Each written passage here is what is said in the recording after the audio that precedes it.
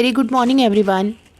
Today we are going to discuss chapter number 8 of Indian Contract Act, that is related to the contracts of indemnity and guarantee.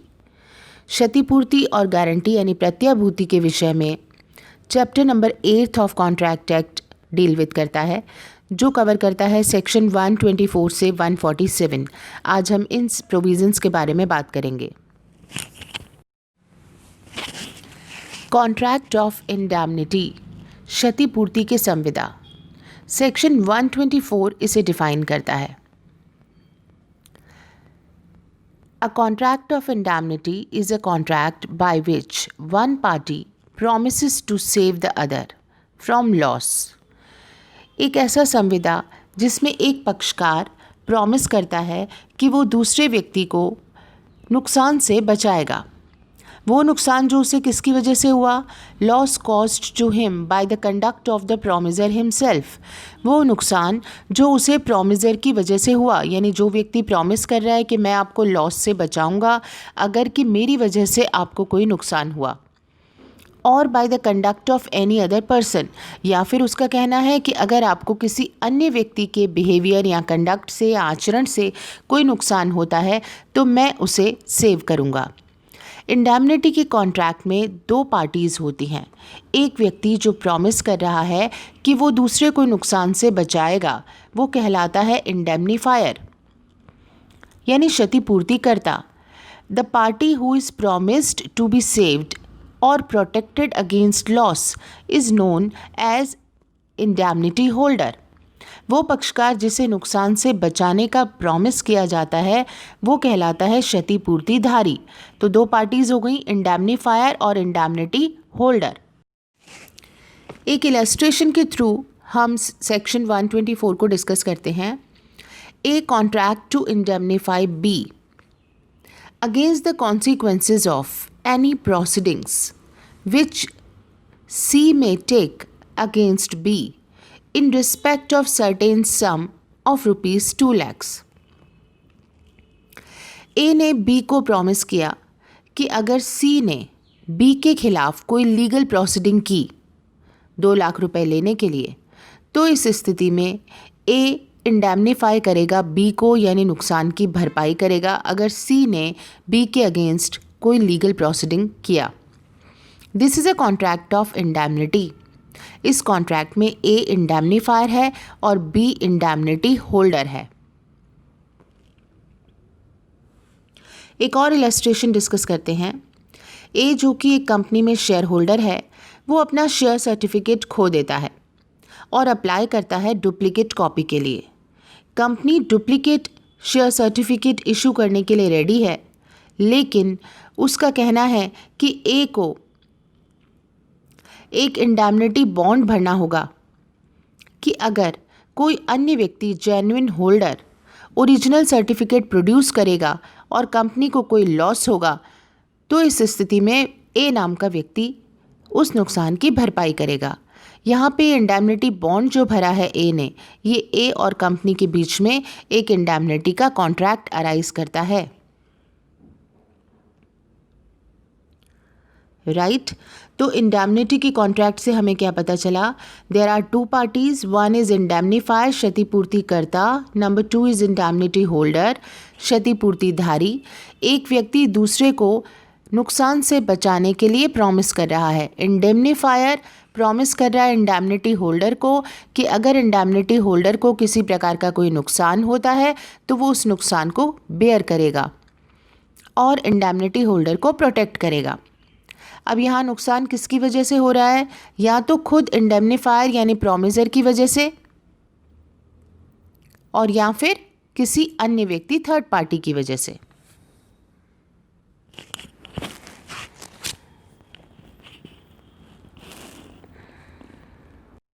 तो definition एक बार फिर देख लेते हैं क्या कहती है। A contract by which one party promises to save the other from loss caused to him by the conduct of the promiser himself or by the conduct of any other person is called a contract of indemnity। क्षतिपूर्ति की संविदा वो संविदा होती है जिसके द्वारा एक पार्टी, एक पक्षकार दूसरे पक्षकार को स्वयं वचनदाता के आचरण से या किसी अन्य व्यक्ति के आचरण से उस दूसरे पक्षकार यानी क्षतिपूर्तिधारी को हुई हानि या नुकसान से बचाने का वचन देता है। इसे कहते हैं क्षतिपूर्ति की संविदा।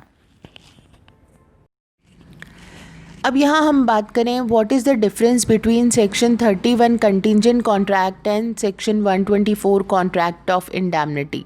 दोनों में सिमिलैरिटी नज़र आती है।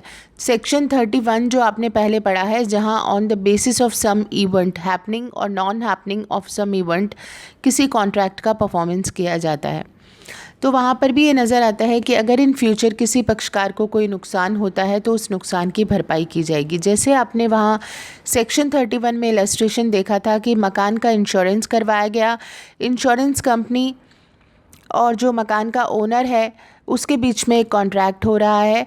ये कॉन्ट्रैक्ट सेक्शन 31 का कॉन्ट्रैक्ट कहलाएगा, जहाँ पर कि प्रीमियम पे किया जा रहा है इंश्योरेंस कंपनी को, और इंश्योरेंस कंपनी ये प्रॉमिस कर रही है अगर नुकसान होगा कोई मकान में तो उसकी भरपाई की जाएगी।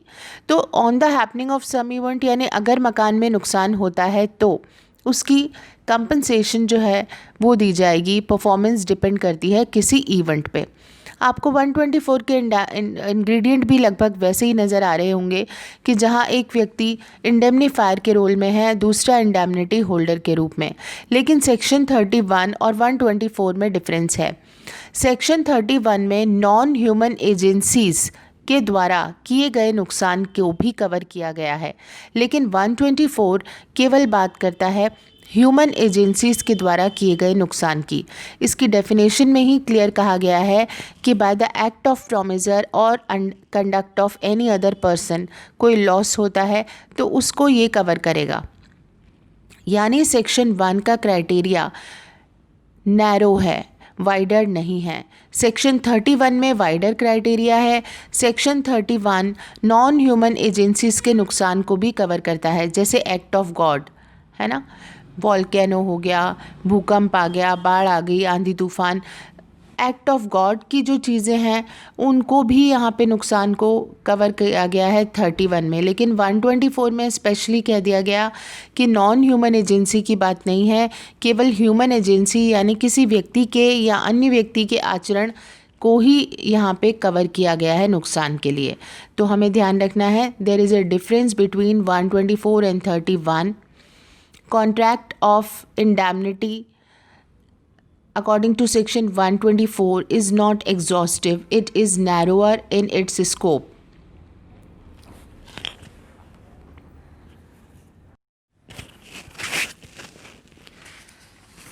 अब हम बात करते हैं असेंशियल फीचर्स और elements of contract of indemnity. क्षतिपूर्ति की संविदा के आवश्यक तत्व, जिसमें सबसे पहला है एक्सप्रेस और इम्प्लाइड कॉन्ट्रैक्ट, अभिव्यक्त या विवक्षित संविदा।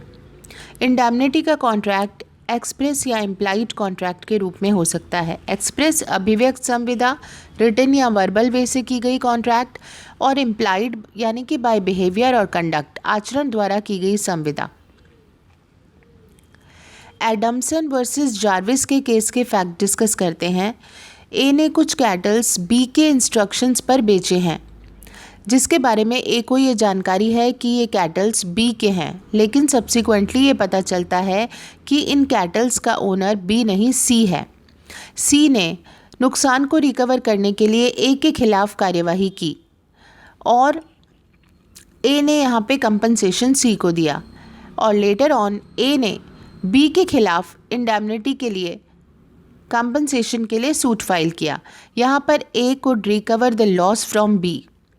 ए यहाँ पर बी से नुकसान की भरपाई करवा सकता है as there was an implied promise by B to indemnify A from any loss caused from his conduct. तो यहाँ ए और बी के बीच में जो कॉन्ट्रैक्ट हुआ कि अगर ए को बी के बिहेवियर की वजह से कोई नुकसान होता है तो उसको कंपनसेट किया जाएगा। ये कॉन्ट्रैक्ट एक तरीके से विवक्षित यानी इम्प्लाइड कॉन्ट्रैक्ट था।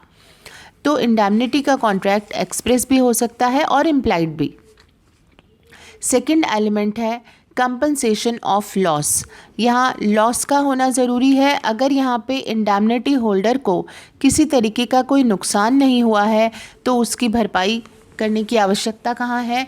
तो लॉस एक असेंशियल एलिमेंट है जिसको कि कंपनसेट यहाँ पर इंडैमनिटी होल्डर को इंडैमनीफायर लॉस को कवर करके देगा। थर्ड पॉइंट है असेंशियल ऑफ वैलिड कॉन्ट्रैक्ट। ये एक स्पेसिफिक कॉन्ट्रैक्ट है। इंडैमनिटी यानी क्षतिपूर्ति का संविदा विशिष्ट संविदा है जिसमें कि all the essential elements of valid contract होने ही चाहिए, जैसे पार्टीज कॉम्पिटेंट होनी चाहिए, लॉफुल कंसिडरेशन होना चाहिए, लॉफुल ऑब्जेक्ट होना चाहिए, सारी फॉर्मेलिटीज़ कंप्लीट होनी चाहिए। WH Smith and Sons versus Clinton के मामले में ऑब्जेक्ट अनलॉफुल था, इसीलिए ये इंडैमनिटी का कॉन्ट्रैक्ट वैलिड नहीं माना गया। जहां एक न्यूज़पेपर के प्रोप्राइटर ने प्रिंटर ऑफ द पेपर को प्रॉमिस किया कि वो नुकसान से बचाएगा जो भी क्लेम उसके खिलाफ होते हैं अगर कि न्यूज़पेपर में वो कुछ लिबेल अपमानजनक कथन छापता है। ये वैलिड कॉन्ट्रैक्ट नहीं हुआ क्योंकि इसका ऑब्जेक्ट अनलॉफुल था। तो असेंशियल एलिमेंट्स वैलिड कॉन्ट्रैक्ट के होने चाहिए। अब बात करते हैं section 125 right of indemnity holder when sued, क्षतिपूर्तिधारी के अधिकार जबकि उस पर वाद लाया जाए। The promisee in a contract of indemnity is entitled to recover from the promiser। Promisee entitled है प्रोमिसर से रिकवर करने के लिए। प्रोमिसी यानी वचन ग्रहीता वचनदाता से निम्नलिखित वसूल कर सकता है। तो प्रोमिसी कौन है यहाँ पे? यहाँ पर प्रोमिसी यानी वचन ग्रहीता है इंडैमनिटी होल्डर, क्षतिपूर्तिधारी, जिसे कि वचन दिया गया है, प्रॉमिस दिया गया है। और प्रोमिसर कौन है? प्रॉमिस देने वाला व्यक्ति है इंडैमनीफायर यानी क्षतिपूर्ति करता। तो यहाँ पर इंडैमनिटी होल्डर यानी प्रोमिसी इंडैमनीफायर से रिकवर कर सकता है। क्या क्या? ये क्लॉज 1, 2 और 3 में आपको बताया गया है, लेकिन साथ ही यहाँ पहले ड्यूटी बताई गई है कि प्रोमिसी को कैसे काम करना पड़ेगा। Acting with in the scope of his authority, उसे अपने प्राधिकार के क्षेत्र के भीतर ही कार्य करना होगा। यानी कि ये ड्यूटी बताई है इंडैमनिटी होल्डर की कि अगर वो अपनी स्कोप अथॉरिटी के अंतर्गत काम नहीं करता, अपने एरिया के बाहर जाके काम करेगा, तो इस स्थिति में उसे ये अधिकार नहीं मिल पाएंगे, वो एंटाइटल नहीं होगा अमाउंट को रिकवर करने के लिए। स्कोप क्या है कि जो इंडैमनिटी का कॉन्ट्रैक्ट है दोनों पार्टीज़ के बीच में, जो क्षतिपूर्ति की संविदा हुई है, उनकी टर्म्स एंड कंडीशंस जो तय हुई हैं उसी एरिया में, उसी स्कोप में इंडैमनिटी होल्डर को काम करना है। अगर वो outside of the contract area जाके काम करेगा या किन्हीं कंडीशंस को ब्रीच करेगा तो वो एंटाइटल नहीं होगा कि वो प्रॉमिसर से रिकवर कर सके अमाउंट। अब क्या क्या रिकवर करेगा? क्लॉज 1 बताता है कि ये डैमेजेस रिकवर कर सकता है। All damages which he may be compelled to pay in any suit in respect of any matter to which the promise to indemnify applies। वो सब नुकसानी जिसके संदाय के लिए वह ऐसे किसी वाद में विवश किया जाए जो किसी ऐसी बात के बारे में हो जिसे क्षतिपूर्ति करने का वह वचन लागू हो। इसका मतलब ये है कि जो भी एक्सपेंडिचर यहाँ पर डैमेजेस यहाँ पर उसे हुए हैं सूट फाइल करने पे, वो सारे डैमेजेस वो रिकवर कर सकता है। इलस्ट्रेशन हमने पहले भी डिस्कस किया था कि जहाँ ए ने बी को प्रॉमिस किया कि अगर सी ने बी के खिलाफ कोई लीगल प्रोसीडिंग की और उस लीगल प्रोसीडिंग में कुछ अमाउंट खर्च होता है जो कि बी को देना पड़ता है सी को, तो ऐसी स्थिति में ए इस अमाउंट को बेयर करेगा यानी लॉस को कंपनसेट करेगा। तो यहाँ पे अगर इंडैमनिटी होल्डर को कंपेल किया गया, बाध्य किया गया कोई वाद या कार्यवाही में कि उसे कुछ क्षतिपूर्ति देनी है, उसे कुछ राशि देनी है, तो इस स्थिति में इंडैमनिटी के कॉन्ट्रैक्ट के अकॉर्डिंग वो डैमेजेस यहाँ पर इंडैमनीफायर इंडैमनिटी होल्डर को देगा। जैसे सपोज़ बी के अगेंस्ट सी ने सूट फाइल किया और 2 लाख रुपए रिकवर किए, तो यहाँ पर 2 लाख रुपए की रकम बी ए से रिकवर कर सकता है। दूसरी बात है कि सारे खर्चे, जो भी कॉस्ट यहाँ पे सूट में लगी है, खर्चे लगे हैं वाद या कार्यवाही में, उन कॉस्ट की अमाउंट को भी यहाँ पर इंडेमनिटी होल्डर इंडेमनीफायर से रिकवर कर सकता है। All cost which he may be compelled to pay in any such suit if in bringing or defending it. वो सारे कॉस्ट या खर्चे जिसे देने के लिए वो किसी वाद में विवश किया जाए, वह वाद लाने या प्रतिरक्षा करने में जो भी खर्चे किए हैं यहाँ पर इंडेमनिटी होल्डर ने यानी क्षतिपूर्तिधारी ने, तो उस कार्यवाही में होने वाले खर्चों की रकम को भी वो इंडेमनीफायर से रिकवर कर सकेगा। लेकिन यहाँ फिर कंडीशंस बताई हैं, ड्यूटी बताई है। If he did not contravene the orders of the promisor, ज़रूरी बात यह है कि उसने वचनदाता यानी क्षतिपूर्तिकर्ता के आदेशों का उल्लंघन ना किया हो। यानी इंडेमनिटी के कॉन्ट्रैक्ट में अगर कि इंडेमनीफायर ने इंडेमनिटी होल्डर को किन्हीं टर्म्स एंड कंडीशंस को कह रखा है, बता रखा है, तो उसी के अनुसार इंडेमनीफायर को काम करना है और इंडेमनिटी होल्डर को भी। तो इंडेमनिटी होल्डर यहाँ अगर उन कंडीशंस को ब्रीच करता है और प्रोमिजर की बात यानी इंडेमनीफायर की बात नहीं मानता है, तो इस ऐसी स्थिति में खर्चे रिकवर नहीं कर पाएगा। And acted it would have been prudent for him to act in the absence of any contract of indemnity.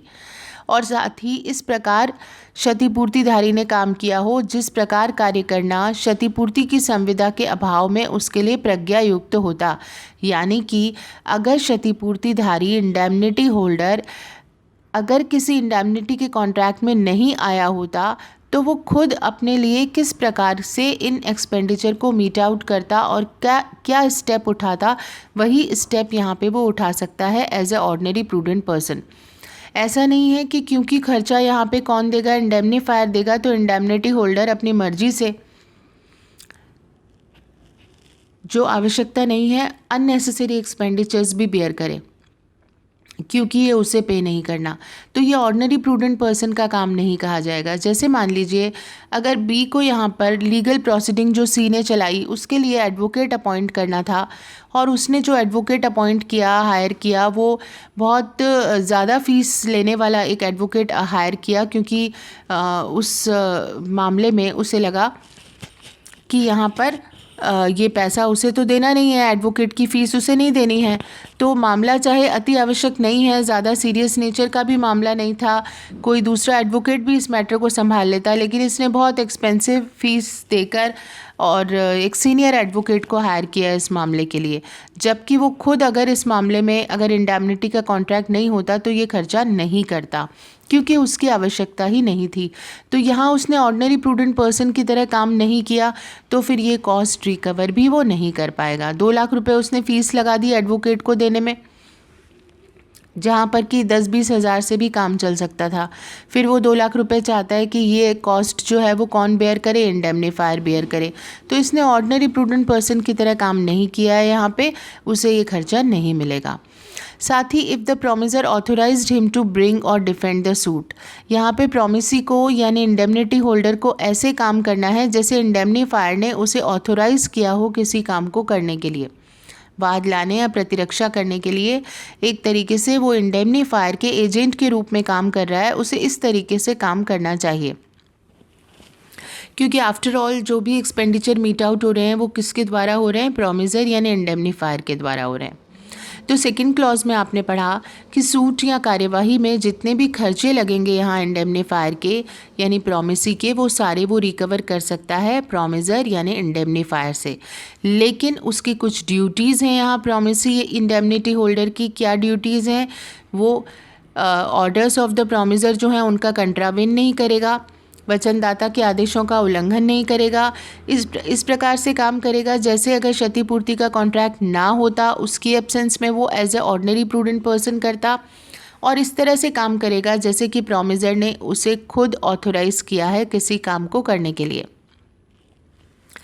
Third जो क्लॉज है वो ये बताता है कि अगर वाद में कॉम्प्रोमाइज़ हुआ है, किसी प्रकार का समझौता हुआ है, तो उस समझौते में जो भी राशि देनी पड़ी है यहाँ पे प्रोमिसी के द्वारा थर्ड पार्टी को, वो उस समझौते यानी कॉम्प्रोमाइज़ की अमाउंट को भी इंडेमनीफायर से रिकवर कर सकता है। जिस तरह फर्स्ट क्लॉज में हमने जाना था एक्सपेंडिचर यानी डैमेजेस लेगा, दूसरे में हमने जाना वाद के खर्चे कॉस्ट लेगा, तीसरे में कह रहा है ये कि अगर कोई कॉम्प्रोमाइज़ हुआ है पार्टीज़ के बीच में बी और सी यानी इंडेमनिटी होल्डर और थर्ड पार्टी के बीच में किसी प्रकार का कोई कॉम्प्रोमाइज़ हुआ है और उस कॉम्प्रोमाइज़ के थ्रू कुछ अमाउंट पे करनी पड़ी है इंडेमनिटी होल्डर को, तो वो अमाउंट भी इंडेमनीफायर से वो रिकवर कर सकता है। लेकिन कंडीशंस फिर वही क्या ध्यान रखनी है, प्रॉमिसर के ऑर्डर्स के कंट्रावेन यानी कॉन्ट्रेरी काम ना किया गया हो, इस तरह काम किया गया हो जैसे कि इंडेमनिटी का कॉन्ट्रैक्ट अगर नहीं होता तो as a ordinary prudent person indemnity holder जिस तरह काम करता, और तीसरी बात इस तरह काम करेगा यहाँ पे प्रॉमिसी जैसे कि प्रॉमिसर ने उसे ऑथोराइज़ किया हो कि वो सूट में कॉम्प्रोमाइज़ कर सकता है। तो सेक्शन 125 में हमने देखे 3 प्रकार के राइट्स। पहली बात हमने देखा डैमेजेस रिकवर कर सकता है, दूसरी बात हमने देखा कॉस्ट रिकवर कर सकता है सूट की, और तीसरे में हमने देखा कॉम्प्रोमाइज़ में दी गई अमाउंट को भी रिकवर कर सकता है। कौन रिकवर करेगा? क्षतिपूर्तिधारी, ये इंडेमनिटी होल्डर यानी प्रॉमिसी। किससे रिकवर करेगा? इंडेमनीफायर क्षतिपूर्तिकर्ता से, प्रॉमिसर से। राइट्स ऑफ इंडेमनीफायर क्षतिपूर्तिकर्ता के क्या अधिकार हैं? सबसे पहला है राइट टू सब्रोगेशन, प्रस्थापन का अधिकार। जब इंडेमनीफायर इंडेमनिटी होल्डर को पेमेंट कर देता है, जो भी लॉस या लायबिलिटी थी इंडेमनिटी के कॉन्ट्रैक्ट के अकॉर्डिंग वो अमाउंट पे कर देता है, तो ऐसी स्थिति में indemnifier steps into the shoes of the indemnified. Indemnifier यानी क्षतिपूर्तिकर्ता क्षतिपूर्तिधारी का स्थान ले लेता है, तो उसके पास राइट आ जाते हैं कि right to file suit against the person who is liable for the loss. नुकसान के लिए जो व्यक्ति जिम्मेदार है उसके खिलाफ वाद या कार्यवाही लाने का अधिकार इंडेमनीफायर को आ जाता है। यानी सी के खिलाफ ए सूट फाइल कर सकता है, क्योंकि ए यानी इंडेमनीफायर के पास बी इंडेमनिटी होल्डर के सारे राइट्स आ गए हैं, तो अब वो क्या कर सकता है? सी के खिलाफ लॉस के लिए एक्शन लेना चाहे तो ले सकता है। इसके अलावा right to claim all sums paid to the indemnified and damages suffered from the person who is liable for the loss.